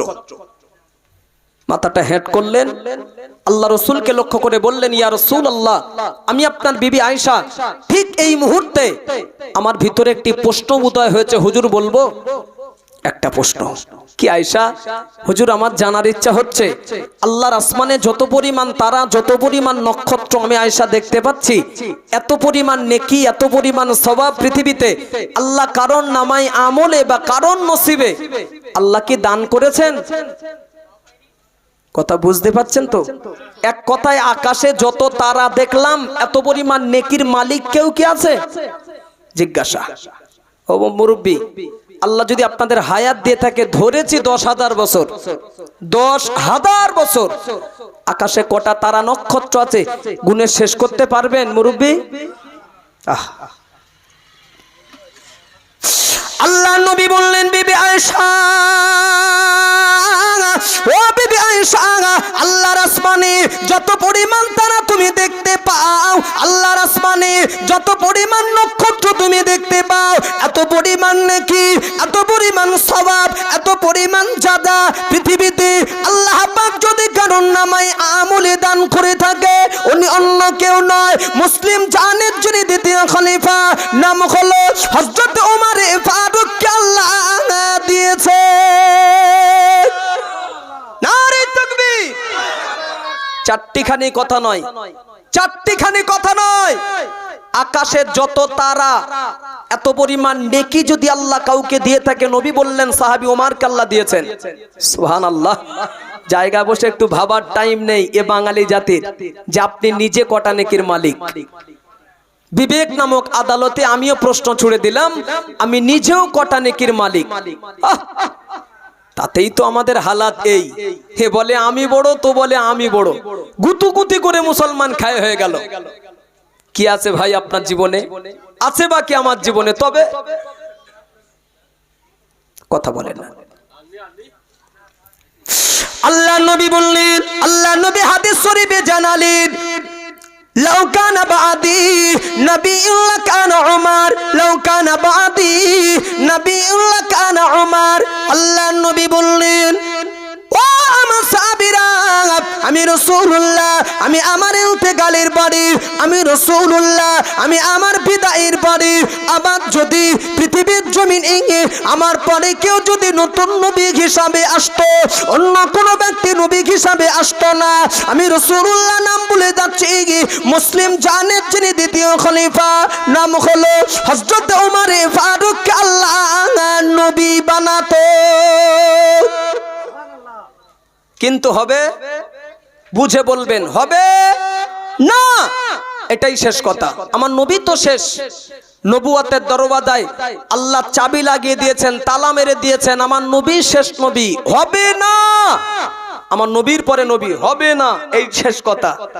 যদি হতো লাকান উমার, উমার হুজুরের নাম বললেন, অথচ ওই উমার হুজুরের তুলনায় সম্মানে, মর্যাদায়, ইজ্জতে লাখো লাখো গুণ বেশি আবু বকর হুজুর। সুবহানাল্লাহ, কথা ঠিক। সর্বদিক দিয়ে সম্মানে, মর্যাদা, ইজ্জতে আবু বকর হুজুর আগিয়ে। তাহলে নবীর পরে ওই সন্দেহ ছাড়া একটা কথা বলুন, সন্দেহ ছাড়াই তাড়াতাড়ি বলবেন, পৃথিবীতে রাসূলুল্লাহর পরে স্থান কার? আবার বলে উমর, ভুলভাল বলেন কেন? নবীর পরে পৃথিবীতে স্থান কার? আবু বকর সিদ্দিক। একদম সত্য কথা। তাহলে নবীর পরে স্থান যদি আবু বকর হুজুরের হয়ে থাকে, সেই আবু বকর হুজুরের নাম না করে যার পরে নবীর স্থান, তাই নবী আসার ব্যাপার যদি থাকতো, তাহলে আবু বকর হুজুরের নাম না করে নবী ওমরের নাম বললেন কেন? বাংলা ওয়াজ বুঝুন, আবু বকর 1, ওমর 2, এক বাদ দিয়ে নবী 2 এর নাম বললেন কেন? ব্যাখ্যা অনেক লম্বা, সময় পাবো না বোঝানোর, প্রয়োজন যেটা সেটাই বলছি, ধ্যান দিন। নবী হতে গেলে, নবী হতে গেলে ভিতরে যে একটা পার্টস থাকার প্রয়োজন, যে মেশিন থাকার প্রয়োজন, ওই পার্টস মেশিনটি আল্লাহ পাক আবু বকরকে নয়, ওই মেশিনটি দান করেছিলেন ওমরের ভিতরে। আর একটু জোরে বলুন। এই ওয়াজ আমি এখানে স্টপ করে দিচ্ছি। কেন জানেন? একজন সাহাবীর সম্মান, মর্যাদা, ইজ্জত কত, টুকটুক টুকটুক করে যদি কোটেশন তুলতে থাকে, ঘন্টার পর ঘন্টা শেষ হয়ে যাবে। একজন সাহাবীর মর্যাদা বলে কখনোই শেষ করা যায় না। আর এটা আমার সাবজেক্টও নয় ওদিকে, এজন্য স্টপ করে দিয়ে যে কটা কথা আমি বলেছি ওমর সম্পর্কে, যা বুঝেছেন আপনারা রেজাল্ট আমাকে দেন। সাহাবী ওমরকে কতটা সম্মান, ইজ্জত আল্লাহ দিয়েছে, বা ওমর হুজুর কত মহান ব্যক্তি, এই গুটি কত কথার ভিতর দিয়ে হলেও আপনারা বুঝে নিয়েছেন তো? একটু হ্যাঁ না বলুন। বা বেশি কথা বলিনি, অল্প কথা বুঝেছেন, আলহামদুলিল্লাহ। পরের কথাটা বুঝুন। এতক্ষণ ওমর হুজুরের মর্যাদার কথা আমি বলছিলাম কেন, বা তার পরিচয় কেন তুলে ধরলাম? ওয়াজ চলছে কিন্তু প্রথম পয়েন্টের উপরে। মনে রাখবেন, নবী বলেছেন অযোগ্য ব্যক্তিরা যখন যোগ্যতার আসনে বসবে, নেতৃত্ব দেবে, কলম চালাবে, তখন খোদার গজব শুরু আসমান থেকে। যে ওমর সম্পর্কে আল্লাহ রাসূল হাদিস শরীফে এত তথ্য দিলেন, এত মর্যাদার কথা বললেন, সেই ওমর রাদিয়াল্লাহু আনহু মুসলিম জাহানের যিনি প্রথম খলিফা আবু বকর সিদ্দিক রাদিয়াল্লাহু আনহু, উনি যখন পৃথিবীর জমিন থেকে বিদায় নিলেন, ইন্তেকাল হয়ে গেলেন, মদিনার মুসলমানেরা তথা রাসূলুল্লাহর সাহাবারা সাহাবী ওমরকে লক্ষ্য করে বলেছিল, ভাই ওমর, আবু বকর ভাই জগতে আর বেঁচে নাই, আবু বকর জগৎ থেকে বিদায় নিয়েছে, ইন্তেকাল হয়ে গিয়েছে। অতএব আমরা মদিনাবাসীরা তথা রাসূলুল্লাহর সাহাবারা আমরা শোকাহত, মর্মাহত, চিন্তায় চিন্তিত, ব্যথায় ব্যথিত। কেন? আবু বকর মদিনার রাষ্ট্রপতি, মদিনার খলিফা ছিল, বিদায় নেওয়ার পরে আমরা ভাবছি মদিনার রাষ্ট্রপতির আসনে কাকে বসানো যাবে, মদিনার রাষ্ট্রপতির চেয়ারে কার জায়গা দেওয়া যাবে। এই চিন্তা ভাবনা আমরা রাসূলুল্লাহর সাহাবারা মাথায় নিয়ে আলোচনা সাপেক্ষেই বলছি, ভাই ওমর, ওই গদিতে তোমাকেই বসতে হবে, ওই চেয়ার তোমার দখল করতে হবে। কেন? আবু বকর মদিনার রাষ্ট্রপতি, বিদায় নিয়েছেন, চেয়ার খালি, ওই চেয়ার তোমার, ওই চেয়ার তোমাকেই দখল করতে হবে। কথা বুঝবেন? ওমর রাদিয়াল্লাহু আনহু আবু বকরের ইন্তেকালের পরে প্রস্তাব যখন রাখা হলো, চেয়ারের দিকে তাকানো মাত্রই এক চান্সে নিজেকে দুর্বলতা প্রকাশ করে বলেছিলেন, জি না, মদিনার রাষ্ট্রপতি হবার, মদিনার খলিফা হবার যোগ্যতা আমি ওমর আমার নেই। সুবহানাল্লাহ, ধার থাকবে?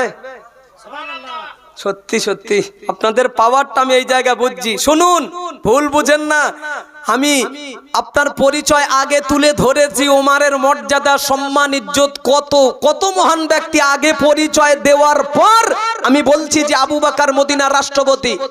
ধ্যান দিন, মারা গিয়েছেন ভাই, চেয়ার খালি, একজনকে বসা লাগবে তো, লাগবে না, চেয়ার খালি। ওমর এ চেয়ার তোমার, আবু বকরের পরে স্থান ওমর হুজুরের, বসো, এ চেয়ার তুমি বসবে।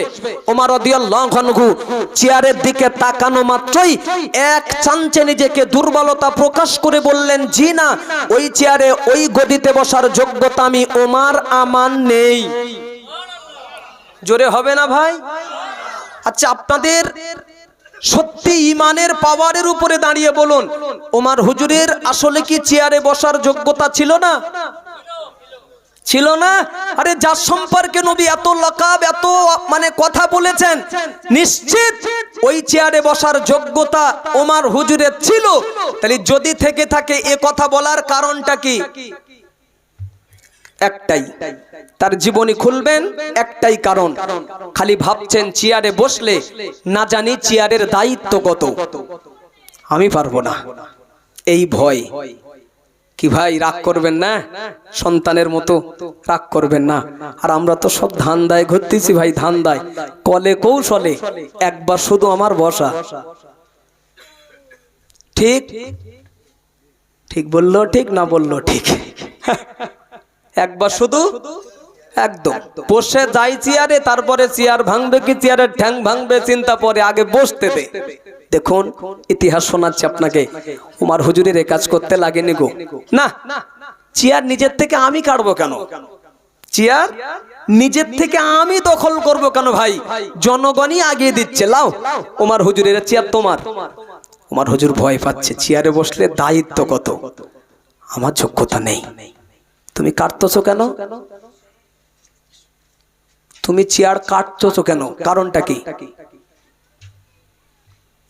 এর পরের ইতিহাসটা বলছে, সাবজেক্ট ভুল বোঝেন না ভাই, ইমানের ভাই আপনারা, কলেমার ভাই, জাত ভাইদের সামনে যদি দুটো সত্য কথা, হক কথা না বলতে পারি দিল খুলে, হ্যাঁ বিধর্মীর কাছে বলা সম্ভব?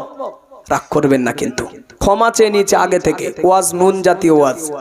জি, এর পরে বলছি, ওমর হুজুরের রেহাই দেয়নি মদিনাবাসীরা তথা রাসূলুল্লাহর সাহাবারা, আবু বকর মানে ওমর হুজুরকে রেহাই দেননি, পেশার দিয়ে জোরের উপরে ওমর হুজুরকে বসিয়েছে মদিনা রাষ্ট্রপতির আসনে, ওই চেয়ারে।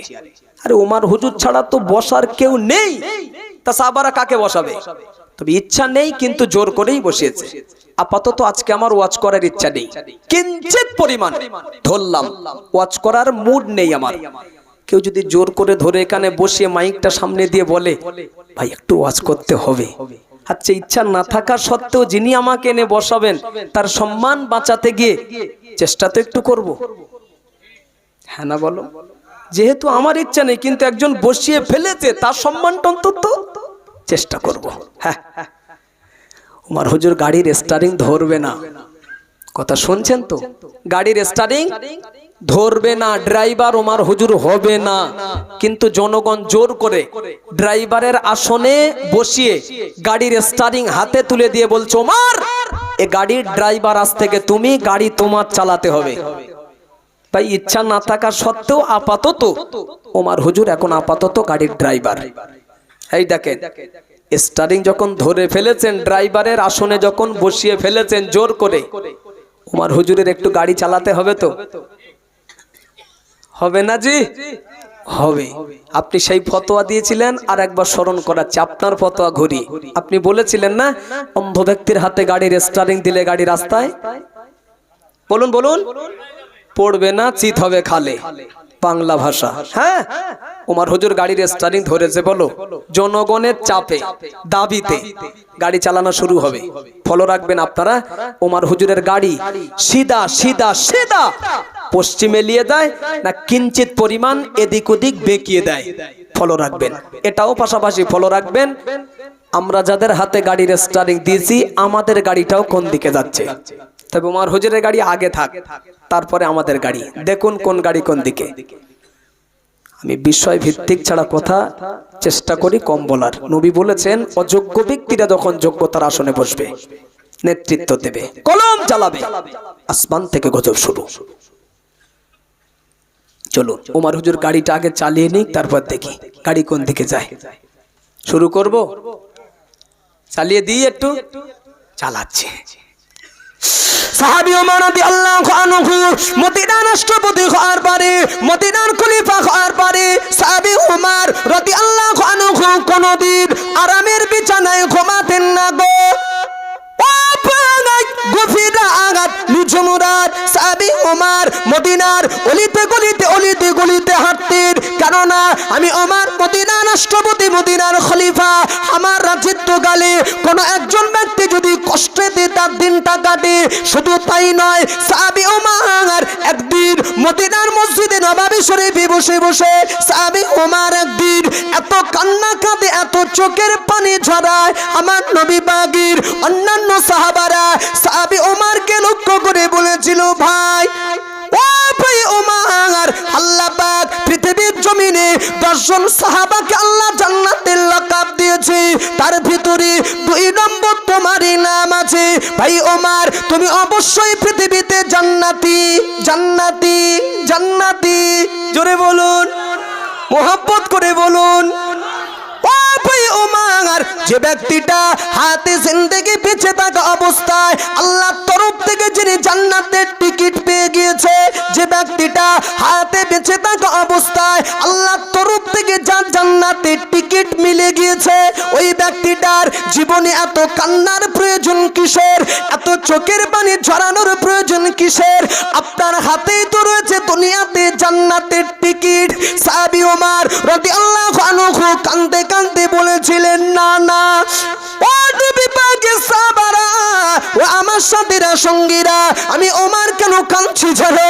আমি ওমর, আমি মদিনার রাষ্ট্রপতি, মদিনার খলিফা, আমার রাজত্বকালে কোন একজন ব্যক্তি যদি কষ্টেতে তার দিনটা কাটে, শুধু তাই নয় সাহাবী ওমর কাঁদতে কাঁদতে বলেছিল, ফোরাত নদীর কূলে একটা কুকুরের বাচ্চাও যদি না খেয়ে মারা যায়, ফোরাত নদীর কূলে একটা চতুষ্পদ জন্তু যদি অনাহারে মারা যায়, কিয়ামতের ময়দানে আল্লাহর আদালত থেকে রাষ্ট্রপতি ওমর কখনো রেহাই পাবে না।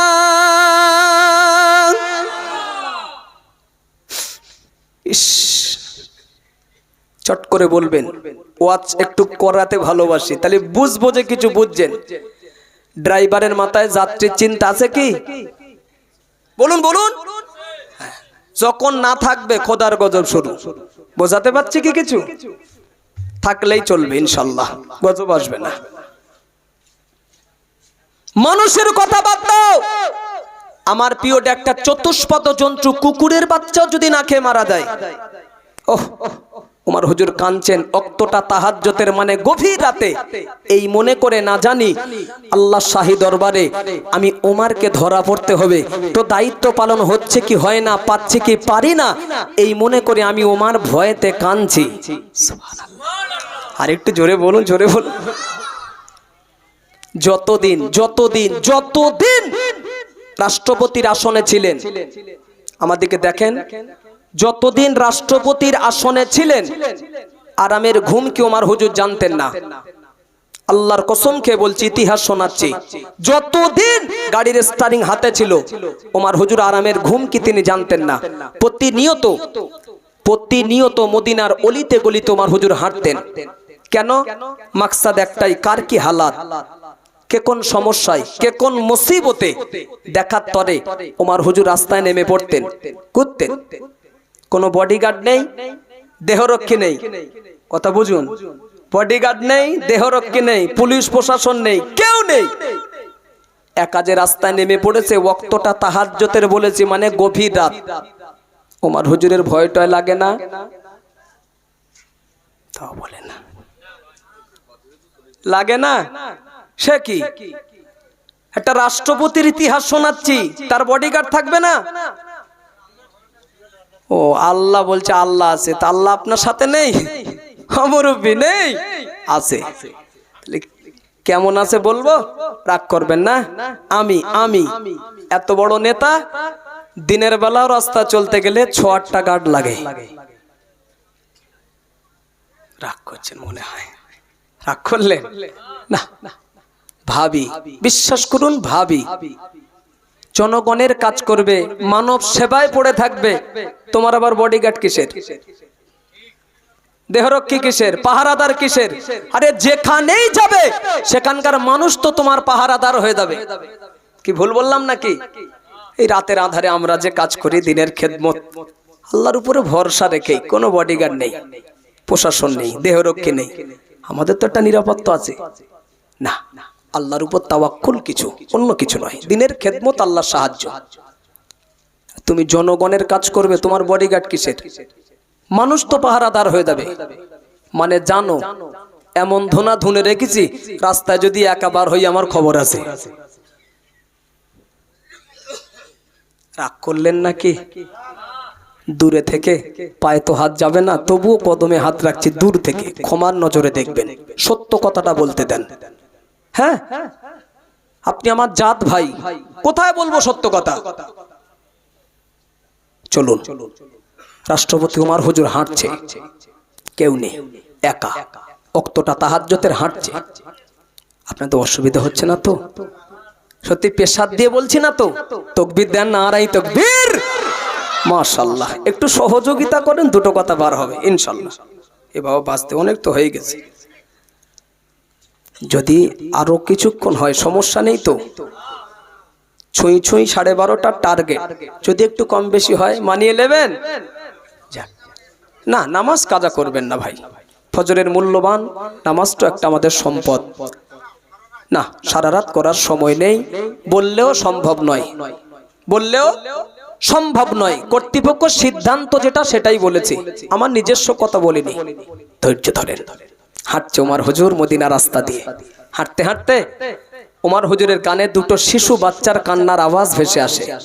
মাসুম বাচ্চা, করুণ সুরের একটা কান্নার আওয়াজ ওমর হুজুর পাচ্ছে। সাহাবী ওমর রাদিয়াল্লাহু আনহু টুক টুক টুক টুক টুক টুক টুক টুক করে ওই ব্যক্তিটার ঘরের দরওয়াজার কাছাকাছি গিয়ে সাহাবী ওমর রাদিয়াল্লাহু আনহু সালাম দিলেন, আসসালামু আলাইকুম ইয়া আহলাল বাইত। ঘরের দরওয়াজা খুলে গেল। সাহাবী ওমর রাদিয়াল্লাহু আনহু ঘরের দরওয়াজা যেই না খোলা, সাহাবী ওমর হুজুর তিনি লক্ষ্য করে দেখলেন ওই ঘরের ভিতরে, ঘরের এক কিনারায় দুটো মাসুম সন্তান দাঁড়িয়ে দাঁড়িয়ে দাঁড়িয়ে দাঁড়িয়ে কাঁদে। সাহাবী ওমর তিনি আরো লক্ষ্য করে দেখছে একই ঘরের ভিতরে, ঘরের আর এক কিনারায় একজন মহিলা উনানের উপরে একটা হাঁড়ি তুলে দিয়ে ওই হাঁড়ির ভিতরে কি একটা জিনিস দিয়ে যেন নাড়াচাড়া নাড়াচাড়া নাড়াচাড়া করছে, রান্না বান্না করছে। সাহাবী ওমর রাদিয়াল্লাহু আনহু জিজ্ঞাসা করেছিলেন, মা, ও মা মদিনার রমণী, ও মা মদিনার মহিলা, বলো না মা, এই গভীর রজনীতে তোমার বাড়িতে কেন কান্নার আওয়াজ পাওয়া যায়? মদিনার রমণী বললেন, আপনি কি, আপনাকে তো চিনি না জানি না। সাহাবী ওমর বললেন, আমার সম্পর্কে তোমার পরিচয় নেওয়া লাগবে না। ও মা মদিনার রমণী, এই গভীর রজনীতে যদি তোমার বাড়ি কোনো বিপদ ঘটে যায়, বিপদের কথা কি বলা যাবে না মা? বলো না, এই গভীর রজনীতে কি সমস্যা, কি অসুবিধা? সাহাবী ওমরের কথা শেষ, মদিনার রমণী কাঁদতে কাঁদতে চোখের পানি ফেলতে ফেলতে বললেন, কি বলবো দুঃখের কথা, কি বলবো ব্যথার কথা। বিগত কয়েকদিন আগে স্বামী আমার দুনিয়া থেকে ইন্তেকাল হয়ে গিয়েছে। বিগত কয়েকদিন আগে স্বামী আমার জগৎ থেকে মারা গিয়েছে। আল্লাহ পাক আমার গর্বে দুটো সোনার মানিক আল্লাহ দান করেছে। ওই দুটো বাচ্চাকে রেখে দিয়ে ওর আব্বা বিগত কয়েকদিন আগে ইন্তেকাল হয়ে গিয়েছে। বর্তমানে আমার দুটো সন্তান ওরা এতিম আব্বাহারা, আমি মহিলা বর্তমানে বিধবা স্বামীহারা। স্বামী ইন্তেকালের পরে আমার দুটো সন্তান ওরা ক্ষুধার জ্বালা আর সহ্য করতে পারে না। আমি ওদের জনম দুঃখিনী মা, ওরা আমার কাছে দুবেলা দুমুঠো দুটো আহারের জন্য দাবি করে। আমি নিরুপায় হয়ে আমার সন্তানদের মুখে দুবেলা দুমুঠো ভালো করে খাদ্য ধরতে পারি না, আহার আমি দিতে পারি না। যার কারণে রাত গভীর ওদের চোখে ঘুম আসে না, ক্ষুধার তাড়নায়, ক্ষুধার যন্ত্রণায় ঘরের কিনারায় দাঁড়িয়ে দাঁড়িয়ে দাঁড়িয়ে দাঁড়িয়ে ওরা কাঁদে, কান্নার কারণ ওদের পেটে এখন অত্যন্ত ক্ষুধার জ্বালা। আমি জনম দুঃখিনী মা, আমার সন্তানদের মুখে আমি দুবেলা দুমুঠো আহার দিয়ে আমি খুশি করতে পারি না। সাহাবী ওমর শুনেই বলেছিল, মা বুঝেছি বাচ্চারা কাঁদছে ক্ষুধার তাড়নায়, ঘুম আসে না, তবে এসেই তো দেখছিলাম বাচ্চারা কাঁদছিল ওই জায়গায়, তুমি ঘরের এই কিনারায় উনানের উপরে যেন কি রান্না করছিলে হাড়ির ভিতরে, বলবে কি মা সন্তানদের জন্য হাড়িতে তুমি কি রান্না করছিলে? সাহাবী ওমরের কথা শেষ, মদিনার রমণীর কান্না আরো বেড়ে গেল। কি বলবো দুঃখের কথা, কি বলবো ব্যথার কথা, আল্লাহর জাত ও সিফাতের কসম আমি ওদের জনম দুঃখিনী মা, আমার সন্তানদের জন্য আমি মূলত হাড়িতে কিছু রান্না করি না গো, সান্ত্বনা দেওয়ার জন্য, আমার সন্তানদের মুখে হাসি ফোটানোর জন্য আমি মিছে মিছে উনানের উপরে একটা হাড়ি তুলে দিয়েছি। ওই হাড়ির ভিতরে বড় একটা পাথর আর অল্প কিছু পানি দিয়ে আমি ওদের জনম দুঃখিনী মা, আমি হাড়ির ভিতরে আমি নাড়াচাড়া দিচ্ছি, আওয়াজ করছি। আমার সন্তান দুটি ভাববে আমাদের পেটে ক্ষুধা লেগেছে বলে মা আমাদের জন্য বুঝি রান্না করছে, রান্না হয়ে গেলেই বুঝি মা আমাদের খেতে দেবে। কিন্তু না, আল্লাহর জাত সিফাতের কসম ওই হাড়িতে পানি আর পাথর ছাড়া কিছু না, এটা আমি জানি।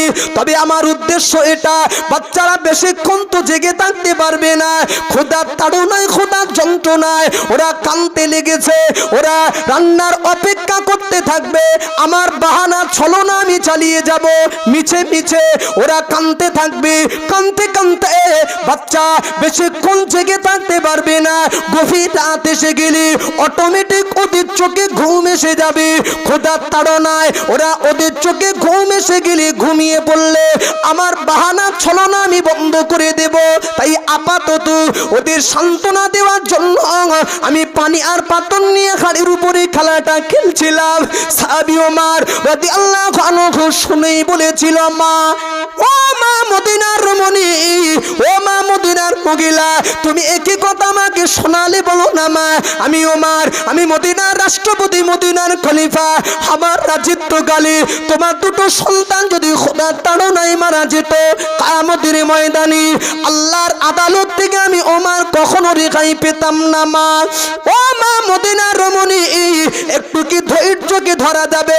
এই কথা বলে সাহাবী ওমর ছুটে ছুটে ছুটে ছুটে ছুটে ছুটে নিজের ঘরেতে প্রবেশ করে এক বস্তা আটা রাষ্ট্রপতি তার মাথায় তুলে নিয়ে মদিনার রমণীর বাড়ি এসে বলেছিল, মা ও মা মদিনার রমণী, এই আটার বস্তাটা আমি রেখে দিলাম মা, এই আটার বস্তা থেকে আটা দিয়ে তোমার সন্তানদের মুখে এখন রুটি রুজির ব্যবস্থা করো। ও মা মদিনার রমণী, আবার যদি কখনো প্রয়োজন হয় আমি ওমর আমার রাজ দরবারে চলে আসবে। তাড়াতাড়ি বলবেন, তাড়াতাড়ি। গাড়ি সিধা যাচ্ছে? আরে জনগণ যে ড্রাইভারের হাতে স্টারিং তুলে দিয়েছে, গাড়ি যে চালাচ্ছে ওমর হুজুর, গাড়ি সিধা যাচ্ছে? আলহামদুলিল্লাহ, গেলেই ভালো। দেখবে যখন খোদার গজব শুরু হচ্ছে তো আজ নাকি, বুঝলেই আলহামদুলিল্লাহ। একদিন ওমর রাদিয়াল্লাহু আনহুর সন্তান ব্যভিচার করেছেন, যদিও এই কথাটা একটু মতান্তর আছে দুরকম, কেউ বলেছেন ব্যভিচার, কেউ বলেছেন মদ্যপান। ধ্যান দিন। তো রাষ্ট্রপতি ওমর হুজুরের সন্তান ভুল করেছেন, বিচার করতে হবে রাষ্ট্রপতি ওমরকে। আর বিচার যে করবেন সন্তান মনে করে মন গড়া বিচার করতে পারবেন না। ইসলামিক ল অনুযায়ী, শরিয়াতের আইন অনুযায়ী, কোরআনের হুকুম অনুপাতে ওমর হুজুরকে বিচার করতে হবে। ছেলে বলে গাড়ির স্টারিং যদি ঘুরিয়ে দেয় গাড়ি তো বেঁকে যাবে। হ্যাঁ, জনগণ তাকিয়ে আছে তো এই জায়গায় যে ছেলে বেঁকে না গাড়ি সিধা নিয়ে যায়, এটাও জনগণ তাকিয়ে। কি বিচার করবেন না করবেন মন গড়া কি শরিয়াতের আইন সামনে রেখে গাড়ি সিধা নিয়ে যাবে না বেঁকিয়ে দেবে, শোনাবো আপনাকে। তবে তার আগে একটু আলোচনা করে যদি আমরা শিখে নিই বুঝতে সহজ হবে। ভাই শরিয়াতের বিধান বলছে কেউ যদি ব্যভিচার করে তো শরিয়াতের বিধান তার উপরে দর্রা বেত মারতে হবে 100 বার। কতবার? এটা আপনাদের শোনা আছে, মসলা সচরাচর আমরা জানি যে ব্যভিচারের বিনিময়ে দোররা 100 শরিয়াতের আইন। তবে যে দোররাটা মারবেন অন্যায়কারীর উপরে, ওই দোররার লম্বা জানা হয় 3.5 হাত। কত হাত ভাই? ও বাবা, সাইজ হবে এটা লম্বা 3.5 হাত। যার যার যার ওজন বা ভারী কিছু কম বেশি 7.5 কেজি, 7.5 কেজি লম্বা, 3.5 হাত, মারবেন কত? 100। লিয়ে আসেন। এটা কি আপনাদের ভাষায় উত্তর 24 পরগনার মানুষ আপনারা কি বুঝবেন? যার ওজন 7.5 কেজি, লম্বা 3.5 হাত, এটা কি ছড়ি টড়ি বলেন নাকি মুগুর টুকুর বলা যাবে? যাক, যেটাই বোঝেন, যে ছড়ির ওজন তো আর 7.5 কিলো আর 3.5 হাত হতে পারে না। তো ওই ধরনের একটা খেটে আমার হাতে দেন, আর একটা আসামিও সামনে এলে দেন। শরিয়াতে বলছে মারতে হবে 100 বার, তাই না? আমি বলছি আপনাকে, ক্যাসেট হচ্ছে, রেকর্ড হচ্ছে কথা, জি 99 বার কষ্ট করে আপনাকে গোনা লাগবে না, গুনতেও হবে না, এক ঘায়ে চিৎ করে দেবো, এক ঘায়ে একদম। যদি বলেন কেন, এ দায়িত্ব যদি আপনারও দিয়ে বলা হয় আপনিও পারবেন। আরে শরিয়াতের মার মানে টুকটুক টুকটুক করে ছুঁইবো, আঘাত করব, দায় কাটানোর জন্য এমনটি নয়। গায়ের যত শক্তি প্রয়োগ করতে হবে, গায়ের যত পাওয়ার সব বার করো। এতে যদি এক ঘায়ে যায় যাবে, 100 মাথায় যায় যাবে, এই বিধান। এই পর্যন্ত শিখে নিয়েছেন তো? এইবারে ছেলে ভুল করেছেন, ওমর হুজুর গাড়ি চালাচ্ছে। দেখো, আমি শুরু কথা রেখেছিলাম, অযোগ্য ব্যক্তিরা যখন যোগ্যতার আসনে বসবে, নেতৃত্ব দেবে, খোদার গজব শুরু আসমান থেকে। নবীর হাদিস, নবী বলেছেন, জি রাষ্ট্রপতি ওমর হুজুর বিচার শুরু করে দিয়েছে। মন গড়া বিচার নয়, ইসলামিক ল অনুযায়ী, শরিয়াতের আইন অনুযায়ী, কোরআনের হুকুম অনুপাতে সন্তানের উপরে দররা বেত মারতে শুরু করেছে। মারতে মারতে মারতে মারতে মারতে মারতে মারতে মারতে পরিশেষে রাষ্ট্রপতি ওমর হুজুরের সন্তান মারা গিয়েছিল। মারা, কথাটা মতন্তর বলেছি যদিও, এরপরেও শরিয়াতের আইনকে তিনি টলিয়ে দেননি। সুবহানাল্লাহ। 70 কি 69 বার মারার পরে ছেলে মারা গিয়েছিল ভাই, 100 যাওয়া লাগেনি, যেতেও হয়নি। দাফন কমপ্লিট, কবর কমপ্লিট। যে কটি বেদ বাকি ছিল 100 হতে, মানে 30-31টা বেদ কবর কমপ্লিট করার পরে বাপ ছেলের কবরের উপরেই দোররা মেরে 100 করেছে।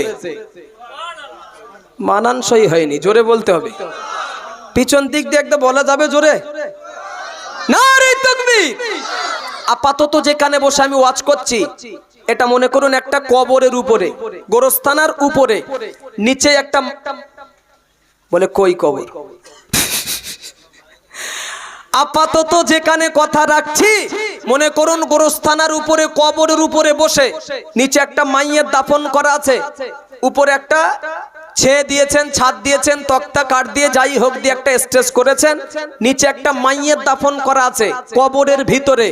আচ্ছা, আমি এখানে বসে যদি এই মুহূর্তে ছড়ি মারি টুকটুক টুকটুক করে কিংবা জোরে, মাইয়েতের গায়ে লাগবে কি? তো কাটেই বেঁধে যাবে তক্তায় ওই পর্যন্ত, নিচে। তা ছেলে তো কবরের ভিতরে, তোমার হুজুর যে ছড়ি চালাচ্ছে সে তো কবরের উপরে, মাটির উপরে বা বালুর উপরে লাগছে। মারার অর্থটা কি? ছেলের গায়ে তো পড়ে না। বাহ, বলা হয়েছিল, জিজ্ঞাসা করা হয়েছিল যে মারার কারণটা কি, গায়ে তো লাগছে না। ওমর হুজুর বলেছিলেন ভয় হয়, ভয় হয়। আল্লাহর আদালতে দাঁড়িয়ে ময়দানে মাহশারে যদি প্রশ্ন করা হয়, ওমর ছেলে বলে বিচার করতে করতে 70 কি 69 বার মারার পরে মারা গিয়েছিল, বাকি ছিল এত মারলে না কেন? আল্লাহর আদালতে ওমরের জবানে লাগাম লেগে যাবে। তো কিছু একটা উত্তর যাতে দিতে পারি যদি প্রশ্ন হয়, এই চিন্তা মাথায় রেখে বাকি বেতটা কবরের উপরেই চালিয়ে আমি 100 করেছি। কথাটা মতন্তর যদিও বলে রেখেছি আমি, ঠিক আছে। আজকাল আমার দেশে বিচারে বসার আগে অন্তরে খুব ভয় এসে যায়। আমার দেশে, রাগ করবেন না, ভয় এসে যায়, বুকটা টলে যায়। যে কোনো বিচার যখন হয় না, যাওয়ার আগে ভয় এসে যায়, কাঁপুনি আসে। যদি বলেন কেন? ধনী পরিবারের একটা ছেলে ভুল করলে বিচার একরকম, গরিব পরিবারের একটা ছেলে ভুল করলে তার বিচার আর এক রকম। পার্টির লোক ভুল করলে বিচার একরকম, পার্টির বাইরের লোক ভুল করলে তার বিচার দেখছি তো সমাজে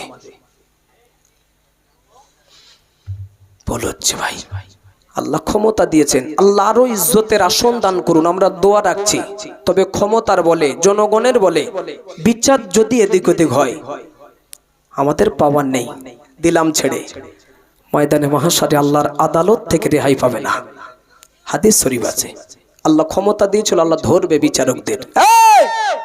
পাওয়ার দিয়েছিলাম জনগণ সামনে রেখে, এই ক্ষমতা এই বলে এই বিচারটা এইটাই হতো, করলে এটাই করেছিলে, আল্লাহ রেহাই দেবে না। বলো না, একটা পয়েন্টের উপরে ওয়াজ করতে করতে শেষ হয়নি ভাই, শেষ নেই।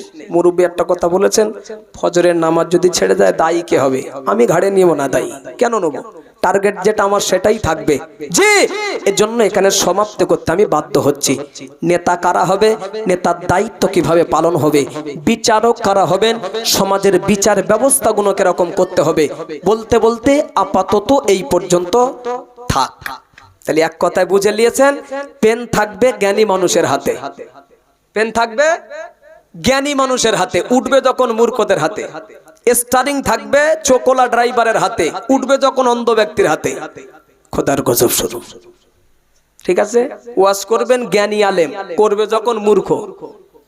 এই তো ওয়াজ। 2, 5টার ভিতরে 2 নম্বর পয়েন্ট রেখেছিলাম, ওটা ছেড়ে দেন। নবী বলেছেন, মসজিদ মাদ্রাসা সম্পদ যখন কেউ ব্যক্তিগত আত্মসাৎ করবে, মানে আমানতের মাল খেয়ানাত, আসমান থেকে গজব শুরু। আপনাদের জামে মসজিদটা এখান থেকে কত দূরে? যেখানে জুমা হয়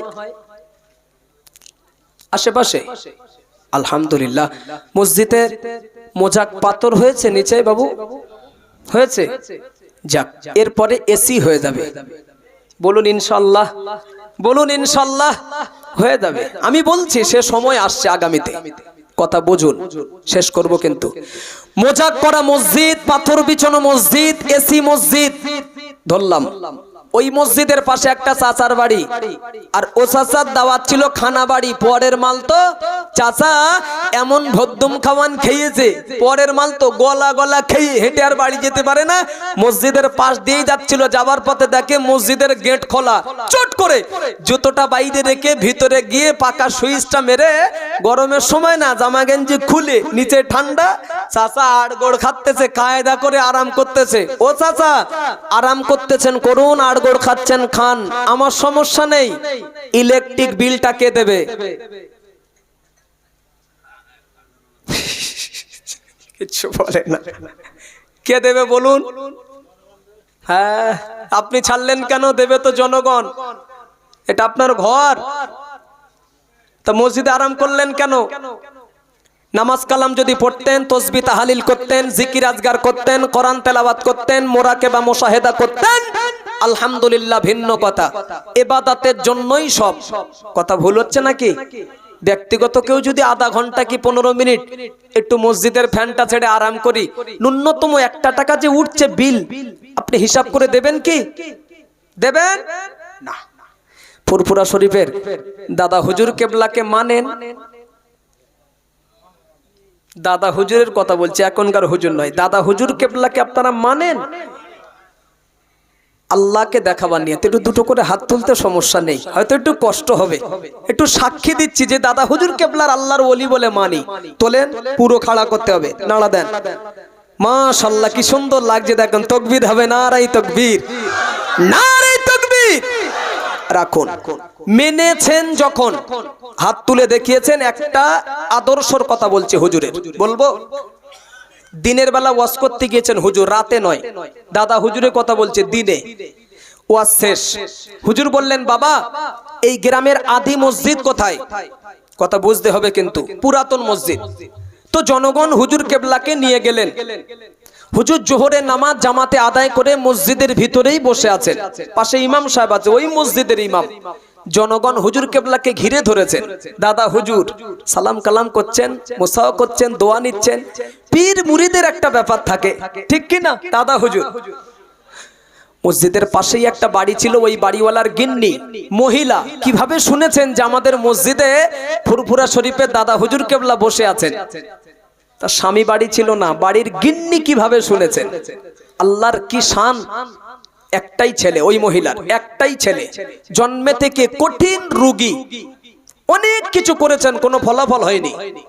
তো সর্বোপরি শুনেছেন যখন আমাদের মসজিদে এই পাশেই বাড়ি, একদম পাশে, যে মসজিদে দাদা হুজুর কেবলা বসে আছে, কি তার মনেতে জেগেছে আল্লাহর ওলি, সাইড থেকে গিয়ে দাদা হুজুর কেবলাকে আদব রক্ষার্থে আস্তে করে বললেন, হুজুর আপনি যে এসেছেন, আমার বাচ্চা, একটাই বাচ্চা, জন্মে থেকে এই রোগে আক্রান্ত, হুজুর আপনার হাতের একটা বরকতি তাবিজ আমার বাচ্চার জন্য দিয়ে যেতে হবে।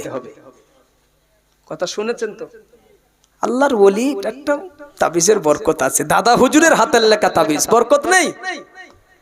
আল্লাহর ওলি কথাটা শুনেই বললেন, বাবা আমি ফকির মানুষ, খালি হাতে এসেছি, কিছু আনা হয়নি, আল্লাহ যদি মৌকা দেয়, তৌফিক দেয়, পরে হবে বাবা, কিচ্ছু আনিনি, খালি হাতে এসেছি, যাও। হুজুর দেবে না, রাজি হচ্ছেন না। পাশে ইমাম সাহেব ছিল, বললাম না ওই মসজিদের ইমাম, হুজুরের পাশে ছিল। তো মহিলা ইমাম সাহেবকে ইশারা করেছেন যে আপনি একটু বলেন, সুপারিশ করেন। আমি তো বললাম হলো না, তো ইমাম সাহেবও সুপারিশ করছেন। দাদা হুজুর বললেন, বাবা বলেছি খাতা নেই, পেন নেই, খালি হাতে এসছি, বাবা পেশাদ দিচ্ছ, পরে হবে, পরে হবে।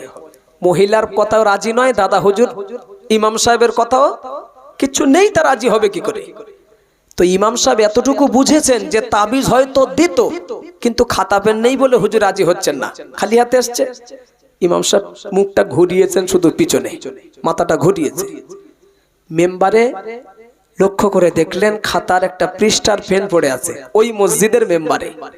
এনেই হুজুরের সামনে ফেলে দিয়ে বললেন, এই পেন, এই খাতা, আর কোনো সমস্যা থাকতে পারে কি?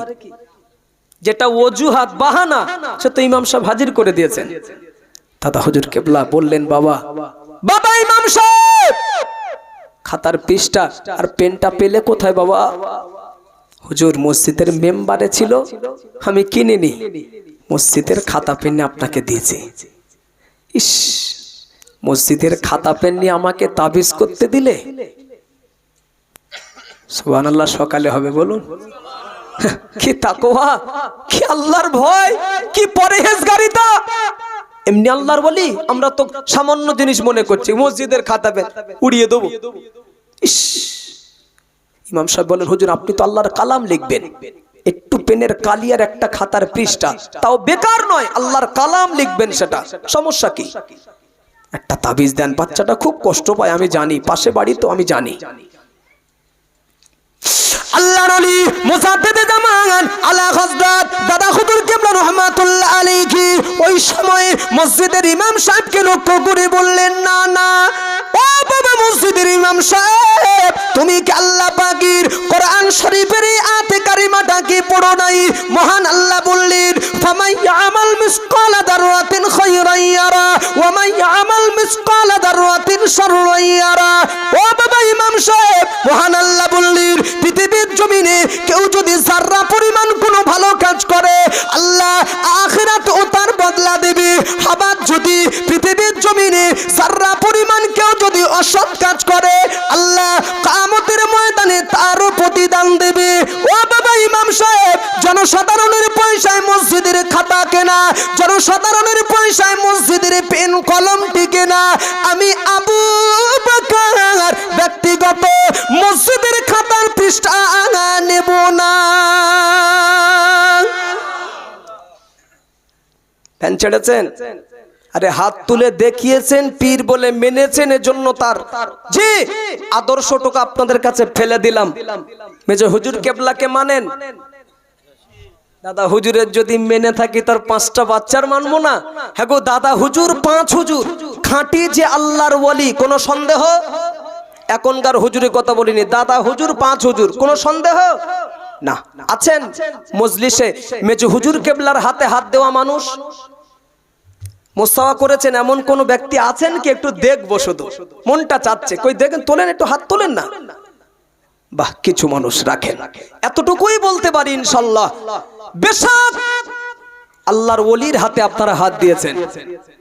কি কথা সত্য না মিথ্যা বলুন? মেজো হুজুর কেবলার হাতে যখন হাত দিয়েছিলেন কি মনে হয়েছিল আপনাদের বলুন? যেটা হাত না তুলার বস্তা টস্তা কিছু হবে জি? হ্যাঁ, এটাই তো আল্লাহর ওলিদের বড় একটা নিশানা। সুবহানাল্লাহ হবে না? তো মেজো হুজুর কেবলার কলিকাতায় তালতলা হাটে একটা খানকা শরীফ ছিল মেজো হুজুর কেবলার। বাদ মাগরিব মাসের যে কোনো একটা ডেটে, তারিখটা বলতে পারবো না, যে কোনো একটা তারিখে হুজুর কেবলা জিকিরের মাহফিল করতেন মাসিক একদিন বাদ মাগরিব। তো শেষ বয়সে করতে পারেননি জয়ীফ হয়ে যাওয়ার কারণে। তো মাগরিবের পরে হুজুর জিকির করছেন কলিকাতা তালতলা হাটে, জিকিরের মজলিস, অনেক মানুষ জিকির করতে করতে মজলিসে কারেন্ট চলে গেল, অন্ধকার। হুজুর কেবলা আস্তে করে বললেন, জিকির চলছে তো, আস্তে করে বললেন, বাবা বাতি জ্বালাও, আলোর ব্যবস্থা করো। তো পাশে একজন ছিল, কথাটা শুনেই দ্রুত গেল আর এলো। কোথায় গিয়েছে আল্লাহ জানে, এসেই একটা দেশলাই ঠুকে একটা মোমবাতি জ্বালিয়েছেন। একটু আলো হয়েছে, দোয়া সব দেশানি, জিকির কমপ্লিট। সব শেষে পকেট থেকে হাদিয়া পয়সা বার করে মেজো হুজুর কেবলা বললেন, বাবা জিকির চলাকালীন আমি যখন বলেছিলাম বাতি জ্বালাও, তো যিনি দেশলাই মোমবাতি টেনে জ্বালিয়েছিলে বাবা, এই হাদিয়াটা নিয়ে লাও। মানে রানিং কেনার দাম দেননি, পরে দিচ্ছে, ঠিক আছে? তো তো যিনি এই কাজ করেছিল হুজুরের সামনে সেই বললেন, হুজুর পয়সা লাগবে না, আপনি রেখে দেন। কেন হুজুর? আমি কিনিনি, তো আমি পয়সা লবো কেন? আরে খেপা, কিনুনি পেলে কোথায়? হুজুর কিনতে যাচ্ছিলাম, আপনার কথা অনুযায়ী যাচ্ছিলাম কিনতে, তবে দূরে আর যেতে লাগেনি, পাশেই দেখে একটা মসজিদ পেয়ে গিয়েছি। আমি মসজিদে ঢুকেছি, জানি গেলেই কিছু একটা পাবো মসজিদে। চলে যান, আজ থেকে 20, 20, 30 বছর ব্যাগের পিছনে চলে যান। মুরব্বীরা বিশেষ করে বলতে পারবেন, এটা অধিকাংশ মসজিদের মেম্বারে দেশলাই মোমবাতি থাকতো। মুরব্বী ভুল বললাম? থাকতো। হুজুর তাই এনে জ্বালিয়েছে, আমি তো কিনিনি, আপনি রেখে দেন। কি আল্লাহর বলি, কি তাকওয়া দেখুন। মেজো হুজুর কেবলা চোখ লাল হয়ে গিয়েছিল। যাও, আমি আবু জাফর বলছি, পীর হিসাবে যদি আমাকে মেনে থাকো, যদি এই হাদিয়াটা রাখো, একটা দেশলাইয়ের মোমবাতি কিনে আল্লাহর ঘর মসজিদের মেম্বারে জমা করে দেবে। এই পর্যন্ত রাখলাম। তাহলে আমানতের জিনিস কখনো খেয়ানত করতে যাবেন না, এটা জনগণের জিনিস। মনে থাকবে তো? থাকবে? যাক, আল্লাহ আমল করার তৌফিক দিন, বলুন আমিন। 3 নম্বর পয়েন্ট রেখেছিলাম, 5-এর ভিতরে 3। নবী বলেছেন যে পিরিয়ডে মসজিদের ভিতরে দুনিয়ার গল্প তখন শুরু হয়ে যাবে, একদম দুনিয়ার আলোচনা র্যাম র্যাম না তখন শুরু হয়ে যাবে, আসমান থেকে গজব আসবে। হচ্ছে তো মসজিদে হাট বাজার হয়েছে, যাক আলহামদুলিল্লাহ। আমি ওয়াজ করার অর্থ এটাই, উদ্দেশ্য এটাই, গত বছরে বিস্তারিত বলতে পারিনি, যার জন্য একদম ক্লিয়ার বলে যাচ্ছে, বছরে শেষ করিনি, ওয়াজটা আমার মাথায় আছে। একটা হাদিস শোনাচ্ছি আপনাকে, একটা হাদিস। মসজিদে কথা হচ্ছে, আপনি স্বীকার করে আমাকে বলেছেন, হবে তো বটেই, যদি না হয় নবীর বাণী মিথ্যা হবে। নবীর বাণী জীবনে মিথ্যা হবে না, সত্য হবে 100% বলেছিলেন। তাহলে কথা হচ্ছে, স্বীকার করেছেন। আমি একটা হাদিস শুনিয়ে যাব আপনাকে। মসজিদে কথা বললে আপনার কত ক্ষতি, আপনার কত লাভ বলে দেবো, আর ওটাই মাথায় থাকলে মসজিদে গিয়ে আর কথা হবে না। আল্লাহ নবী বললেন, আল্লাহ নবী হাদিস শরীফে জানালেন, 5টি স্থানে যদি দুনিয়ার একটি কথা বলা যায়, 5টি জায়গায় যদি দুনিয়ার একটি গল্প করা যায়, প্যারা নবী বললেন 70 বছরের আমল আল্লাহ বেকার করে দেবে, 70 বছরের ইবাদত নষ্ট হয়ে যাবে। 1 নম্বর, আল্লাহ নবী বললেন, কোন হাক্কানি আলেমের মাহফিলে বসে যদি, কোন হাক্কানি আলেমের মজলিসে বসে যদি দুনিয়ার একটি কথা যদি জবানে বলা যায়, 70 বছরের আমল আল্লাহ বেকার করে দেবে। নম্বর 2, যেখানে কোরআন তেলাওয়াত হচ্ছে, আল্লাহ পাকের বাণী কালামুল্লাহ শরীফ যেখানে পড়া হচ্ছে, জামানার মানুষেরা যদি ওই জায়গায় গিয়ে জবানে দুনিয়ার একটি গল্প যদি করে ফেলে, 70 বছরের আমল আল্লাহ বেকার করে দেবে। নম্বর 3, আল্লাহ নবী বললেন, আল্লাহর ঘর মসজিদে বসে বসে যদি, আল্লাহর ঘর মসজিদের ভিতরে গিয়ে যদি জামানার মানুষেরা জবানে দুনিয়ার একটি গল্প যদি করে ফেলে, দুনিয়ার আলোচনা প্যারা নবী বললেন 70 বছরের আমল আল্লাহ মাইনাস করে দেবে। নম্বর 4, জানাজা নামাজ পড়তে গিয়েছেন, জানাজা নামাজ পড়তে গিয়ে জানাজার কাতারে দাঁড়িয়ে মাইয়িতকে সামনে রেখে যদি জবানে দুনিয়ার একটি গল্প এসে যায় 70 বছরের আমল আল্লাহ বেকার করে দেবে। নম্বর 5, জানাজা নামাজ সমাপ্তি করে মাইয়িতকে কবরস্থানে নিয়ে গিয়েছেন দাফনের জন্য। প্যারা নবী বললেন ওই কবরস্থানে দাঁড়িয়ে যদি জবানে দুনিয়ার একটি গল্প এসে যায় 70 বছরের ইবাদত নষ্ট হয়ে যাবে। জোরে বলুন। এই সব বোনাস করেছে। হাত ধৈর্য নিয়ে আপনাদের বিরানি আনেন, আর হবে না। না বাম্পার আছে জি, ব্রেক মারেন। হ্যাঁ আমি তো বলে দিইনি ওটা এই জায়গায়। যাক আপনাদের ইচ্ছা হয়তো বলেছেন। আল্লাহ বাহ্যিকটা দেখবেন না এটা বলতে পারি, আল্লাহ ভিতরেরটা দেখেন। হয়তো গতিতে টানেতে বলে ফেলেছেন। আমি তো দুঃখের সংবাদ দিয়েছি, খুশির সংবাদ আপনাকে শোনাইনি। 70 বছরের আমল নষ্ট হয়ে যাবে যদি দুনিয়ার 5টা জায়গায় দুনিয়ার আলোচনা করা যায়, যে তার ভিতরে 3 নম্বর মসজিদ। বুঝে নিয়েছেন তো? তাহলে এবারে মসজিদে গিয়ে কথা বলবেন কি বলবেন না ও চিন্তা আপনার। 1 নম্বর হাক্কানি আলেমের মজলিস, ব্যাখ্যা করলে সময় লাগবে, শুধু আলেম বলিনি, হাক্কানি আলেম। 2, যেখানে কোরআন তেলাওয়াত হয়, আর কোরআন তেলাওয়াত করা মানেই রবের সঙ্গে কালাম করা, এটাই মনে রাখুন। 3, মসজিদের বসে বসে।